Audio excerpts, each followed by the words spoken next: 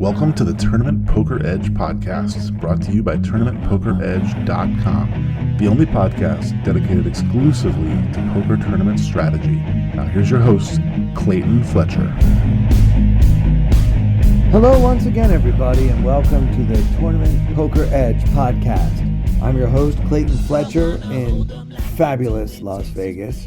I know that because there's a sign that says so when you first get to town. I'm still here playing in some of these really fun live tournaments at the Venetian. I want to thank you guys for your kind remarks about our interview last week with first-time guest Simon Levy, and those of you who have taken the time to follow his mom on Instagram, Felicia Madison, who is a comedian friend of mine, if you haven't listened to last week's episode. So I'm here in Vegas, and just yesterday, as I record this on Thursday, they announced that everybody is going to be required to wear masks indoors throughout the counties in Nevada where the COVID Delta variant thing is especially high. And of course, that does include Clark County, where Las Vegas is. So much to my dismay, if I want to play any more live poker on this trip, I will need to wear a mask at the table starting tomorrow.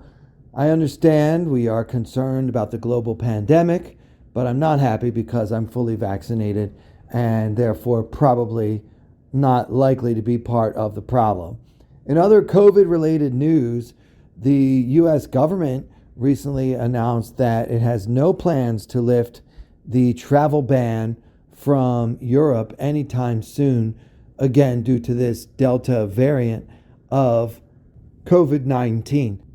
Now, for those of you who aren't too versed in microbes, let me just tell you, without getting too scientific, that viruses tend to mutate. So this is not uncommon. Every year, the flu virus reinvents itself and becomes different in order to try to fight to stay alive against all of our high-tech vaccinations. So I, for one, am not surprised that there is a Delta variant. I will be surprised if there aren't many, many more iterations of the novel coronavirus in the months and possibly even years to come. It's not like you just take the vaccine and then the thing goes away. This virus is fighting for its life, and its new mutation is what they're calling the Delta variant, and it is causing a surge, as you've probably heard on the news. And so the federal government is trying very hard to fight it.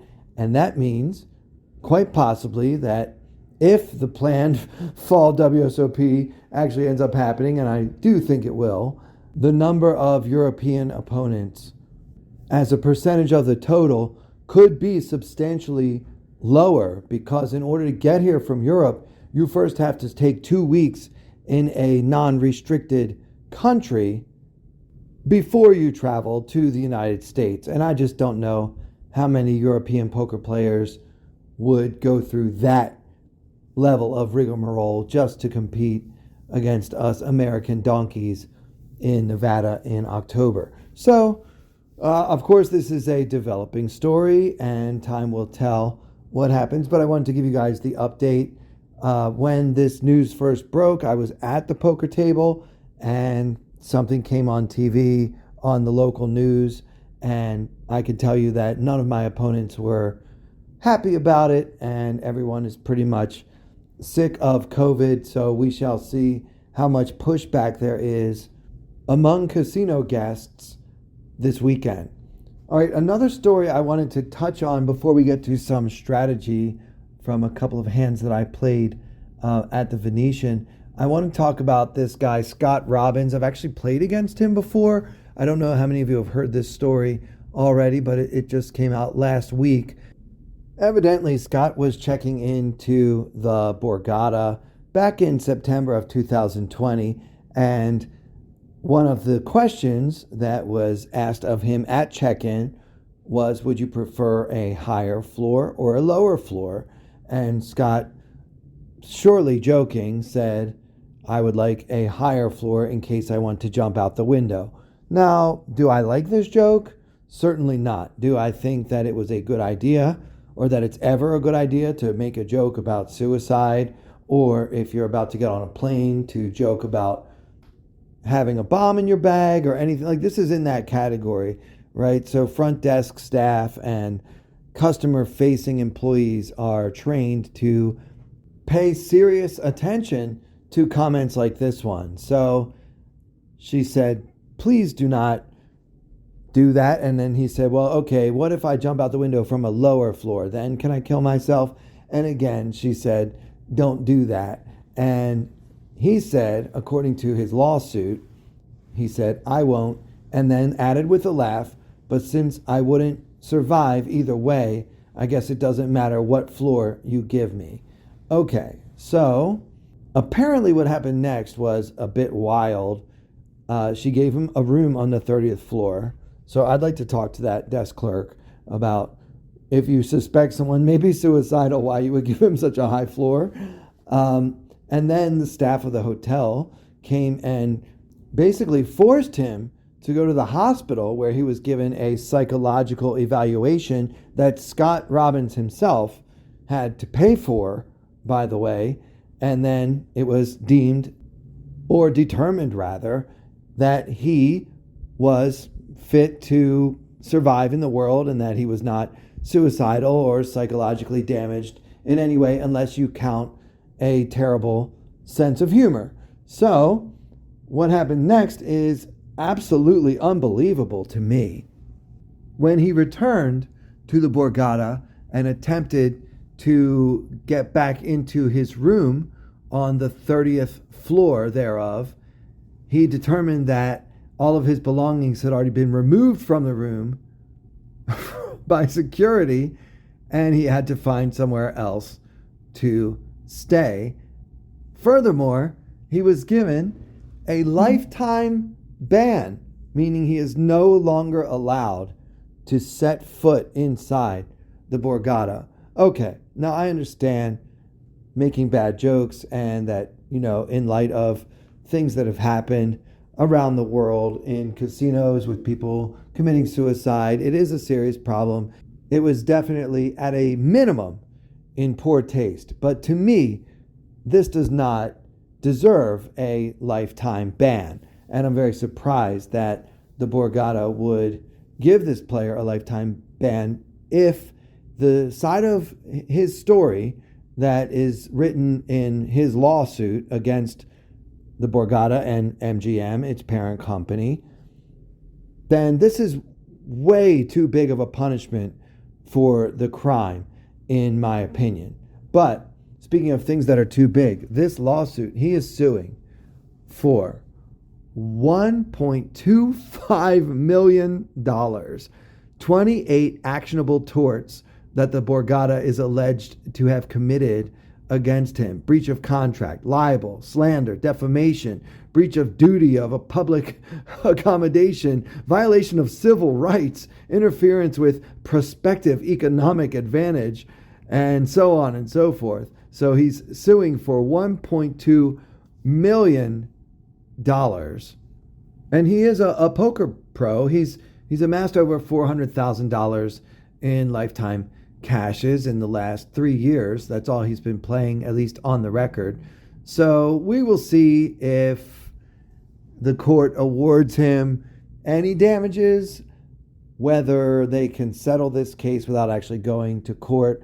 But for those of you who miss my Mike Postle updates, you can look forward to the curious case of one Mr. Scott Robbins, to be continued. All right, so let's talk about this tournament that I've been playing in. It's a $600 mega stack.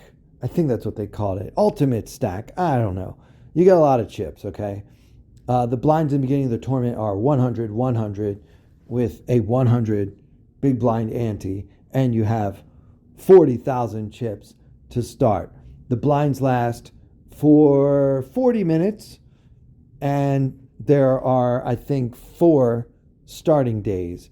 And the tournament itself has a $600 buy-in and a $250,000 guarantee which was absolutely smashed, as all guarantees in Vegas are being smashed. By the way, for those who may be curious what the scene is like here, a Monday in July this year feels like a Saturday in previous years in terms of crowd size, volume level, stakes of the table games, like basically everything. It just feels like every day is a weekend. And then Saturdays are so crowded, it's actually unbearable for me. And I don't even mind crowds that much.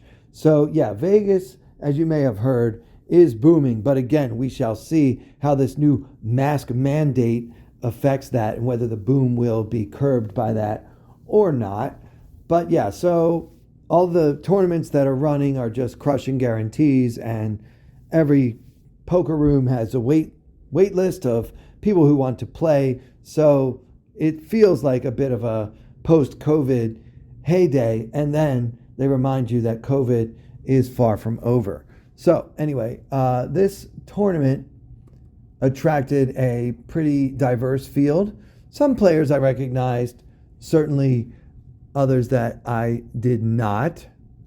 And the first hand I want to discuss comes from level 5 of day 1A. So I got my feet wet. I wanted to jump in on the very first starting day and see how I do. So the blinds are 300, 500 with 500 ante, and our stack is down to 30K from the 40K starting stack, but we still, we have 60 big blinds. Our M is 22. This tournament allows for a lot of play, especially with 40-minute levels and a good structure. So we're not in panic mode or anything like that. The action folds to us in the hijack with Queen of Diamonds, Queen of Hearts. And there is one player at our table that I recognize. I haven't been at this table that long, but I certainly recognize Mark Safe. Some of you may recognize that name. He's done some commentary. He's got a few bracelets. He's an old school Vegas pro. His playing style tends to be pretty wild and loose, but obviously he's had a lot of success, so it won't be insane. So he's basically a professional live poker player who leans towards lag and probably is better than most at picking his spots. So I open, remember it's 300, 500. I open with pocket queens to 1200 from the hijack, and it folds to Mark Safe in the big blind, and he calls. Now we have 30K. He's only got about 19 or 20 himself. So we've got him covered. And now with 3,200 in the pot, the flop comes Queen of Spades, 8 of Hearts, 4 of Clubs. So Queen 8, 4 rainbow, and we flop the nuts with top set. Mark checks to us. Now, if the board could have been a little bit wetter, I would want to bet. I just feel like it is going to be very hard for us to get action. Yeah, he likes to make plays. He's got all the moves, but there just aren't any draws really, other than gut shots, for him to semi-bluff on this board. So I felt like, and still do feel like, betting on this board is unlikely to get much action. And when you have the nuts, when you flop top set on a particularly dry Queen 8, 4, I think you want action. So for those reasons, I decided to check. Another reason to check is because the effective SPR is right around 6. And so it should be possible for us to get all in with him if he in fact has a strong hand himself. So not a guarantee, but I didn't see too much harm in checking behind. If you want to bet because you're going to have so many bluffs with your your ace king, ace jack, and other hands like that missed, I don't really mind it. But for me, it just feels like we will usually have all the cards worth having on this board, and so I checked it back. And the turn came the Jack of Clubs. So our board is now Queen of Spades, 8 of Hearts, 4 of Clubs, jack of clubs, and Mark bets 2,300 into the 3,200 pot. Now, I actually felt like he was strong in this spot, just based on my instincts and my reading ability, and just from studying him, it just felt like he was strong. So if he is strong, he's got something like Queen Jack or Jack 8, pocket fours, or the dreaded 10-9, which would be a nuts versus second nuts situation. He could also have picked up a club draw and just be bluffing, and my read of him being strong is off. I mean, obviously, these kinds of reads, especially against experienced opponents, are nowhere near 100% reliable. And that's why I really only use my sense of someone else's strength to break a tie in what would otherwise be a very close decision. So that's how much weight I put on my ability to read my opponents. I would not bet my tournament life that he was strong, but I felt like he was. So, with that in mind, should we raise it right now, or are we better off waiting until the river?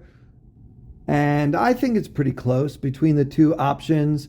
We're never folding, but it's just a question of whether we want to raise now or call and look to get the money in on the end. So, given that I thought he was strong, I decided that there was no harm in just flat calling.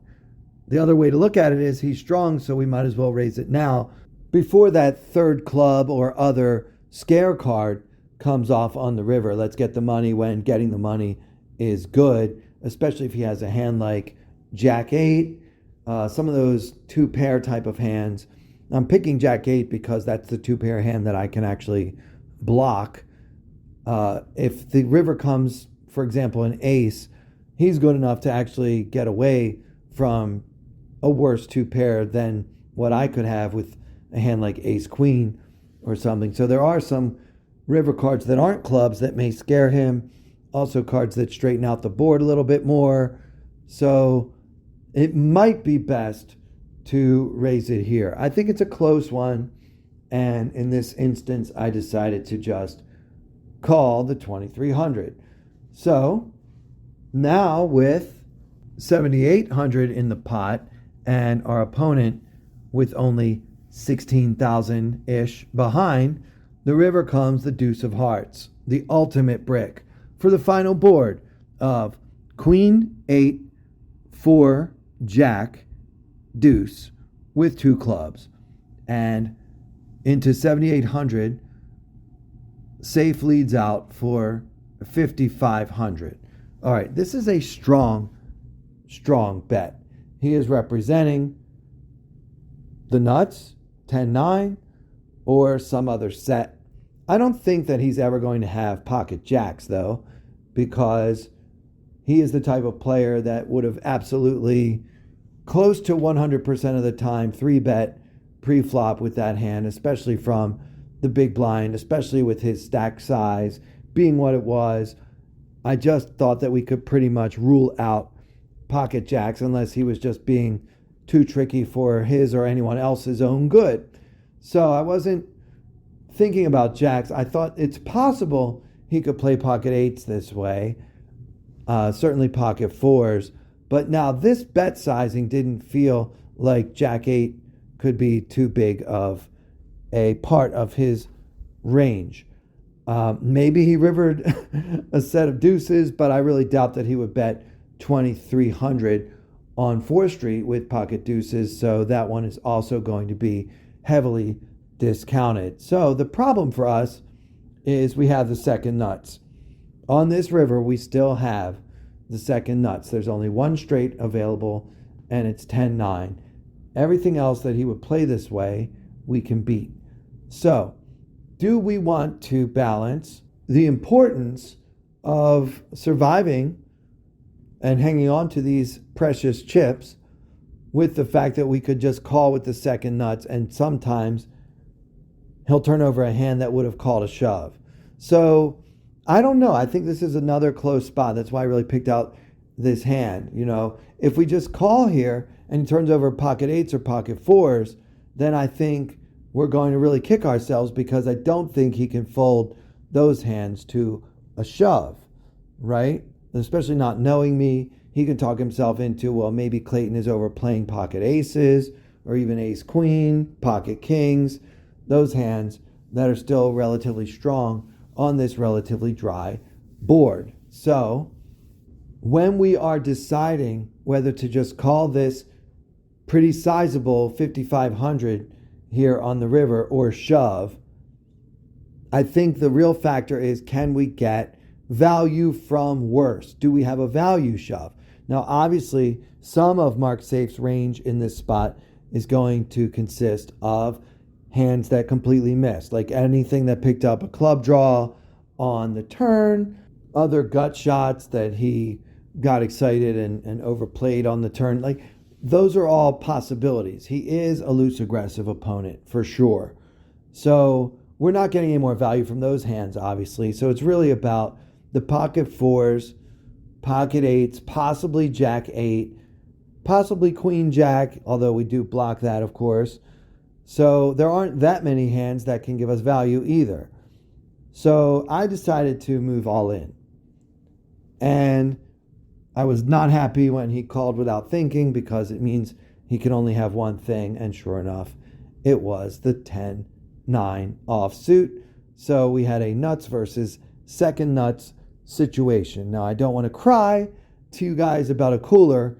I want to know whether we think shoving or calling on this river is the play. Remember, our opponent is extremely loose, extremely aggressive, and likes to put chips into the pot. Okay? So with that in mind, do we still think that it's better to just call in case of the 10-9? So let me know what you guys think. You can send me your answers on Twitter at Clayton Comic. Always appreciate the tweets. I prefer public tweets. I know a lot of you guys have been kind of DMing me. If you're shy, that's okay. My DMs are open at Clayton Comic on Twitter, but I would appreciate it if you guys would make the discussion more public so that everyone can benefit together. So anyway, after that hand, I was down to like only 10,000-ish, and I wasn't able to get back into contention. However, I was able to buy in again on another day. Now, one thing I really like about this tournament, by the way, is they didn't have unlimited re-entries all day. It was a freeze out per flight. So if they had 3 or 4 starting days, on each of those starting days, you could only buy in once. And I kind of like that structure, because sometimes it feels like players with larger bankrolls are often at a bit of an advantage because they can afford to buy in multiple times and everything. And I'm including myself in that. I mean, I imagine my bankroll is a bit larger than the typical $600 tournament player at Venetian. I mean, certainly some of these guys have a lot more money than I do, but I feel like my ability to take a gamble early, knowing that I can buy in again for $600 if I so choose, gives me a bit of an advantage in a tournament like this one if my opponent is sure that he or she can only play the one $600 bullet. And the only way it really benefits is that such opponents might be less inclined to call with a big draw or go for a coin flip when they say, you know what, if I miss this, I have to call it a day, and that's no good.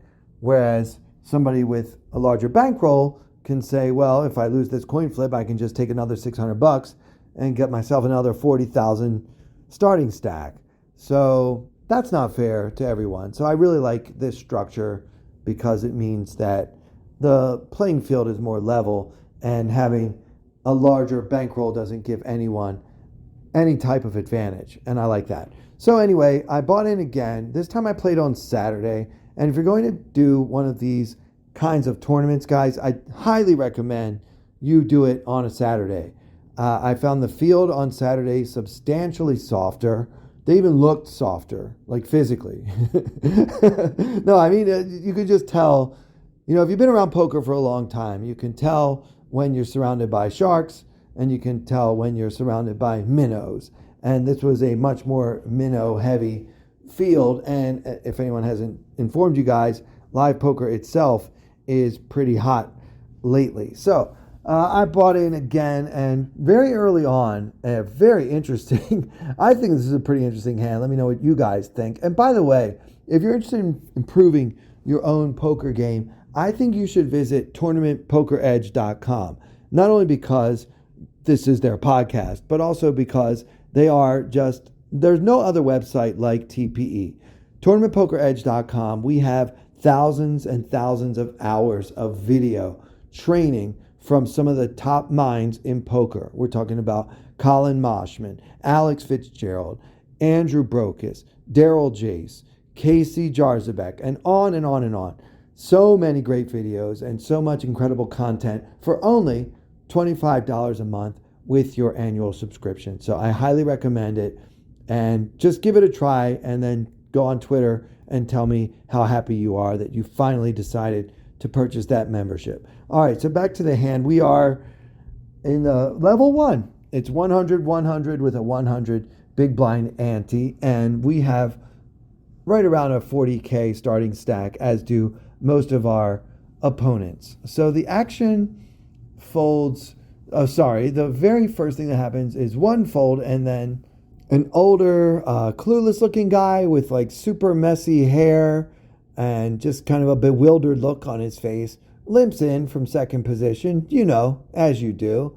And then the action folds around to the button, who is this gigantic fellow, and I think he was maybe from Georgia or possibly Texas, but certainly some part of the southern half of the United States of America, and he decides to raise to 500. Now, I haven't been playing with any of these guys for very long, but I thought that this button raise could mean a lot of different things possibly, so I wasn't quite ready to put him on a specific hand at that point.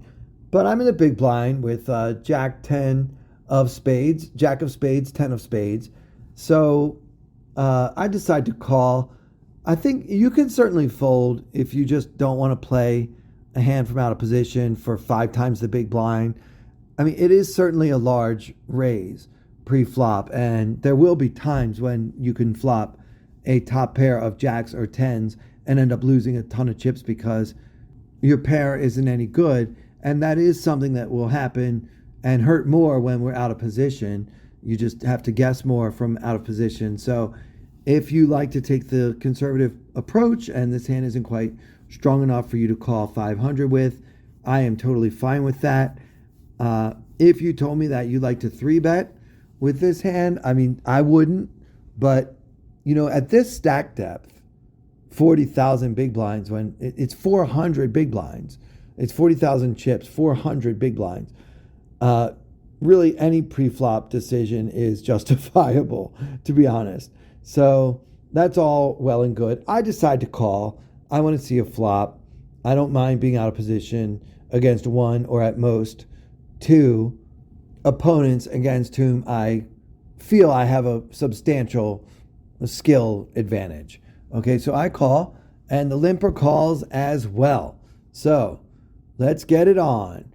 The flop comes King of clubs, Queen of hearts, 5 of spades. So we have an open-ended straight draw with our Jack 10 of spades, and we also now have 3 to a flush as well, also known as a backdoor flush draw. So certainly an above average flop for us, and the action is on hero. Clayton, what should I do? You can actually donk here, guys. I mean, I'm going to want to be able to lead out when I have really strong hands like a set of 5s or king, queen. I definitely would like to be able to bet those hands. And in order to do that, I need to have some draws. And there really aren't any draws available other than Jack 10. But I did not do that in this situation. And here's why. I don't really feel that it's necessary to balance my donk leading range against opponents who have no idea what those words mean. So if you're playing against really tough opponents and you're afraid that they'll be able to get a read on you if you don't balance your strategy and have all that GTO kind of mindset, then that's different. This is just a pot where we have an open ender against two very loose opponents who are pretty unlikely to fold if we bluff. So that's why I decided to just check and hope that it does check around. And the limper checks, and then the original raiser, our southern friend, bets 700 into the 1700 pot. So, action on Clayton. Do we want to go for the check raise here with our open ender, knowing that there are a lot of cards that don't make the straight that we can barrel again, namely all the spades in the deck? Or do we think it's better to just call and try to hit the nuts on 4th Street? I decided to call. As you guys know, my natural playing style is I love to find spots to raise, to check raise, to 4-bet bluff. Like, I love bluffing. To me, that is the essence of poker, and what separates the good players from the great ones is that they can find the moments to be aggressive that make sense and earn a profit whether you make your hand or not. But against opponents like the ones I'm describing to you guys, I'm going to strongly recommend you apply a different strategy. Against these opponents, I think the way we want to play, guys, is make a hand first and then bet it relentlessly. Okay, I think that's the strategy against these opponents, rather than trying to find sophisticated bluffs. I mean, look, these guys are not going to fold if they have any piece of this board. And the fact that the original raiser just bet into two opponents makes me think he will often have a piece of the board. I think that continuation bets are much more rare in multi-way pots than they are heads up. And I also think that a board that has a king and a queen on it is more likely than an average flop to have hit one or both of my opponents. Therefore, I just want to call and see if we can make a hand. The other player also calls. So all three of us are still in the pot. And now, with 3,800 in the middle, the turn comes the 6 of diamonds. So our board is now king, queen, 5, 6, Badoogie. So now what should we do? Do we want to lead out? Maybe with a blocking bet, right? I mean, it's unlikely that we're going to get raised unless one of our opponents has a monster, meaning 2 pair or better. And because we're not too concerned about getting raised, there's a decent chance that we can get a blocking bet through, meaning that it will either take it down, which would be a great outcome with Jack High, or we can set a price that we'd rather pay than the price we might have to pay if we check. In other words, if we think there's a good chance our opponent will bet, say, 1,500 into this 3,800 pot if we check to him again, but if we bet 1,000 or even 900, he'll just call, then we should do that.